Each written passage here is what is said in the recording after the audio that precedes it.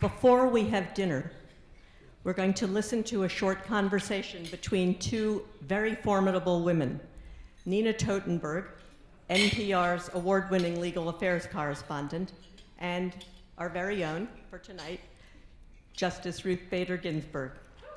We are delighted to have them here tonight.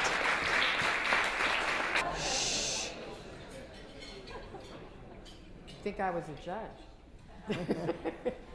So we're very grateful to be here, and I'm very grateful to be here honoring Justice Ginsburg.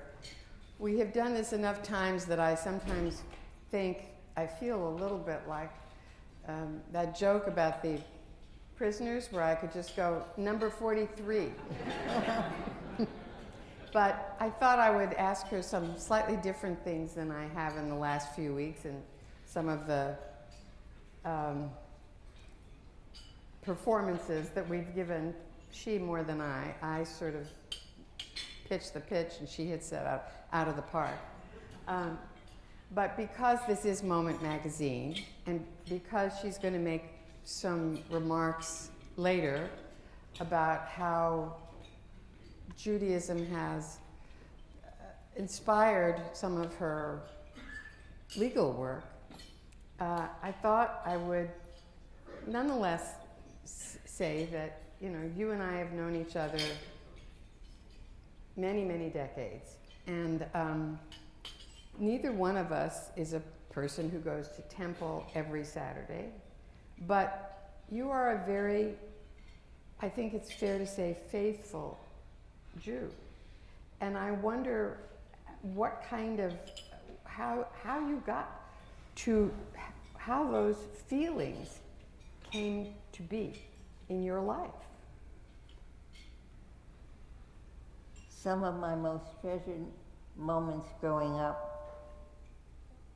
were my mother lighting the candles on Friday nights. I loved Passover because we would change the dishes, and I wish we could have used the Passover dishes year-round.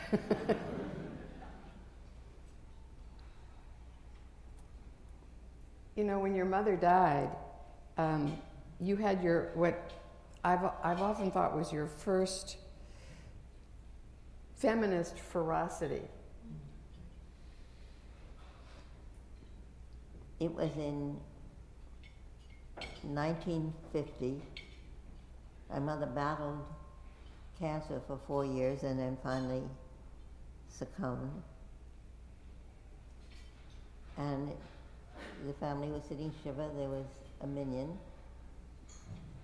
I very much wanted to be part of it, but it wasn't the Jewish tradition. The house was filled with women, but only men could recite the mourner's Kaddish. I thought that was wrong, and I think I have something to say about that a little later this evening. When you came to the Supreme Court, some of that, those of us who know you know that you don't yell. That's not your way. You don't pitch a fit, but you make your position, well, let's put it this way, sometimes painfully clear. And when you came to the court, the Supreme Court sat on Yom Kippur regularly. And you went to the Chief Justice Rehnquist, to talk to him about it. I had an ally, Stephen Breyer.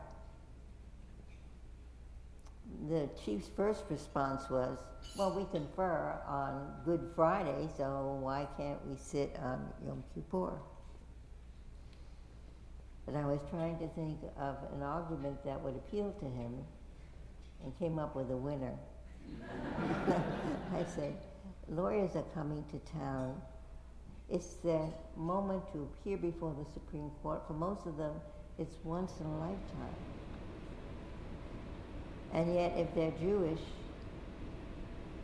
they can't argue in court on that most holy of holy days.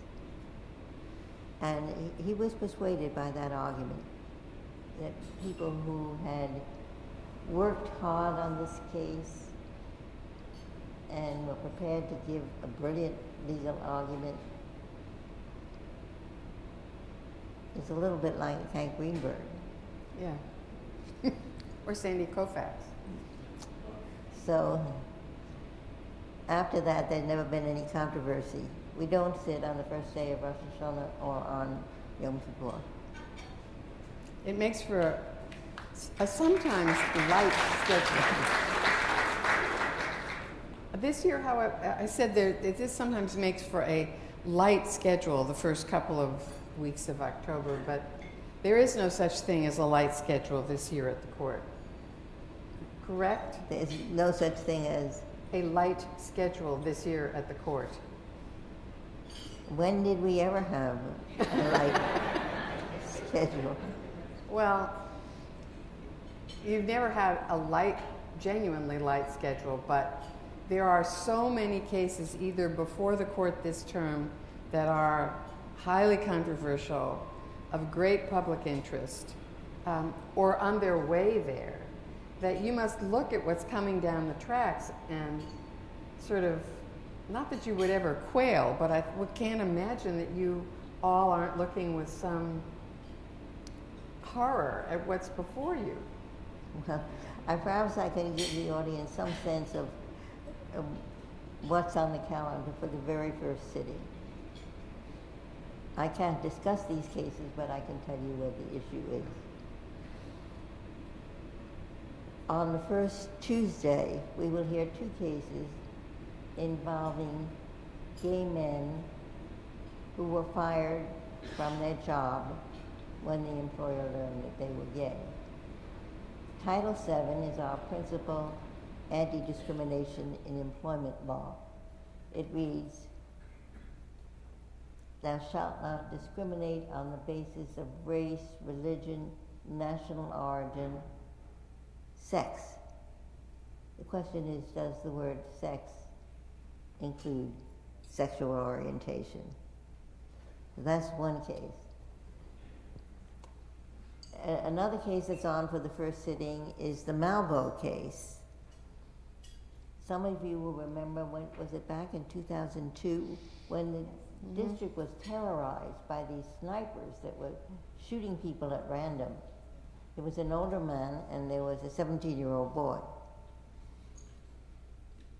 The older man was sentenced to death, and he in fact was executed. The boy, because he was a juvenile, wasn't subject to the death penalty, but he was given a sentence of life without the possibility of parole. And the issue is, can a juvenile be sentenced to life in prison with no possibility of ever leaving without taking account of, well, maybe this young person has changed, maybe he was under an overwhelming influence at the time of the crime, maybe he's done very well in prison. That's the issue. Can a juvenile be sentenced to life without the possibility of parole? Justice Ginsburg, you have, I think, one more appearance after this week in Raleigh, North Carolina. Raleigh, North Carolina, and you will have been doing since you completed 3 weeks of radiation therapy at Sloan Kettering. You will have completed 11 public appearances, I think, and probably a few more that were in there that are not counted as public. And I am wondering why you're here.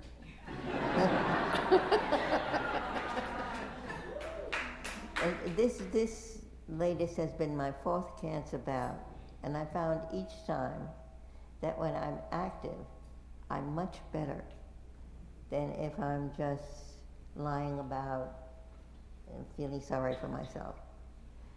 The necessity to get up and go is stimulating. And somehow, on all of these appearances that I've had since the end of August, whatever my temporary disability is, it stops, and I'm okay for the time of the event. So I should tell you all that the largest one of these I have ever done was in Little Rock, Arkansas, where you might not think that we would have gotten a large audience. We had 15,000 people in the Verizon Center with a waiting list of 16,000. Well, part of the credit for that goes to President Bill Clinton. Right, who appeared also.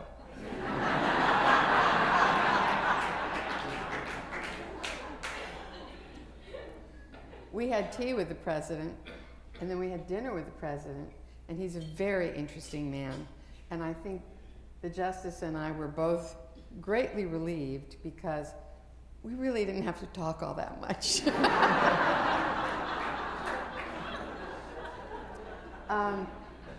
You know, a lot of people have wondered, since you've had 2 bouts of cancer in the last year, if you have any regrets about not stepping down during the Obama administration. It has been suggested by more than one commentator, including some law professors, that I should have stepped down during President Obama's second term. When that suggestion is made, I ask the questioner, who do you think that the president could nominate that could get through the Republican Senate that you would prefer to have on the court than me?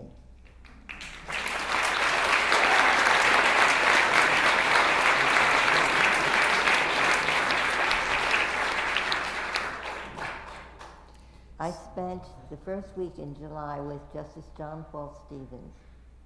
It turned out to be the last week of his life. He was 99 years old.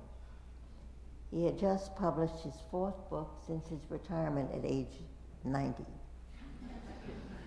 So he inspires me. I hope I will have the ability to do the job as long as he did it. So that gives me a few more years.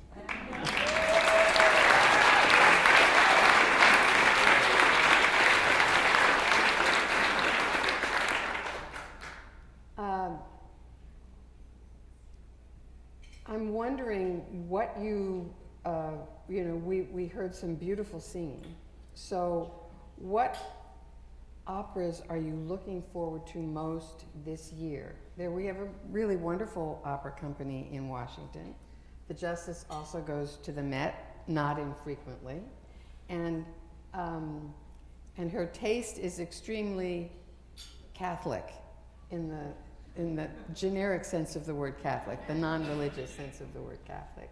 And I wonder what operas you're looking forward to this year. For my 87th birthday, we will attend the new production of The Flying Dutchman at the Met. The Washington National Opera is opening this year with Otello, which is my favorite Verdi opera.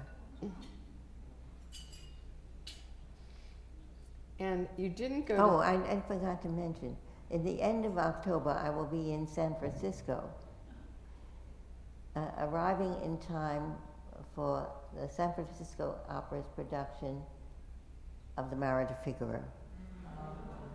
So this is my cue. I think it was it the marriage? No, it was a different opera that you first took your daughter to. This is my cue to ask for number 43. But this is a wonderful story about taking your daughter to the opera the first time. I should say first, she was age 4. And I took her to the Amato Opera. It was an amateur opera group that condensed operas into 1 hour with a piano accompaniment. The opera was, let's see what I think it was. Was it Cosima? No, No, it was. I think it was Forza dell'Astino. Mm-hmm. This 4-year-old stood up and screamed at the top of her lungs.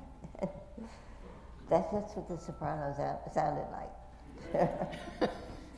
Then I decided, well, maybe it was a bit premature. So we waited 4 more years, and then her first opera at the Met, this was the old Met, was Cosi. And it was an English translation.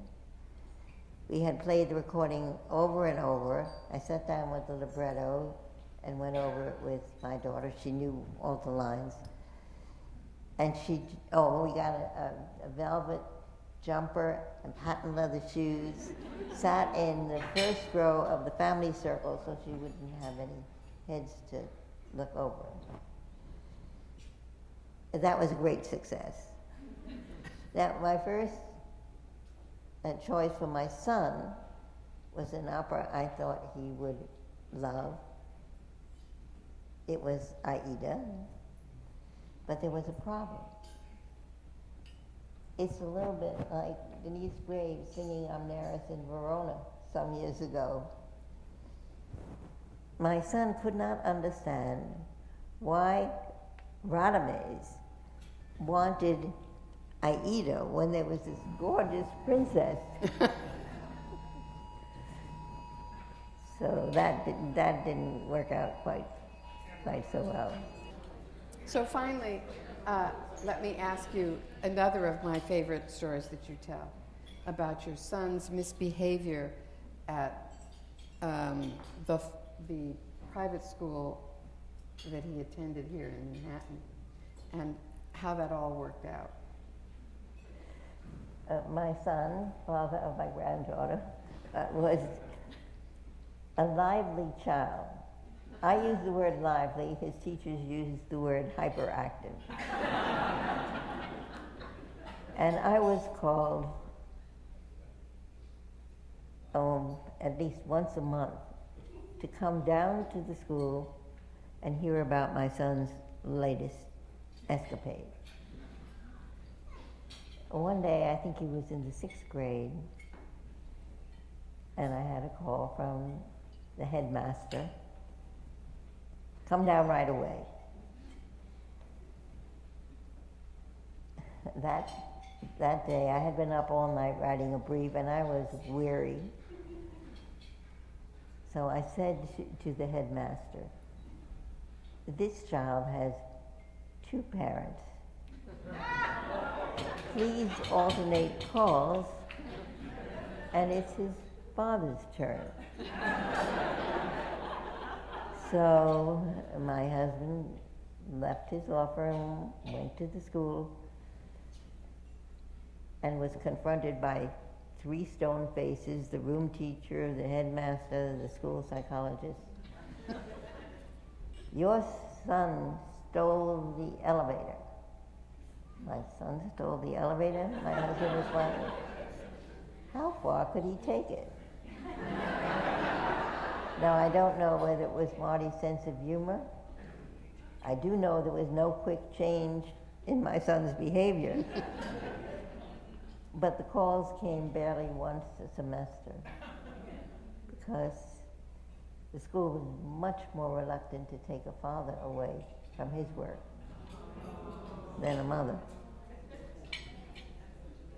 And that, my friends, is today's moral. I think we should let the justice have her dinner, and she has a few remarks later.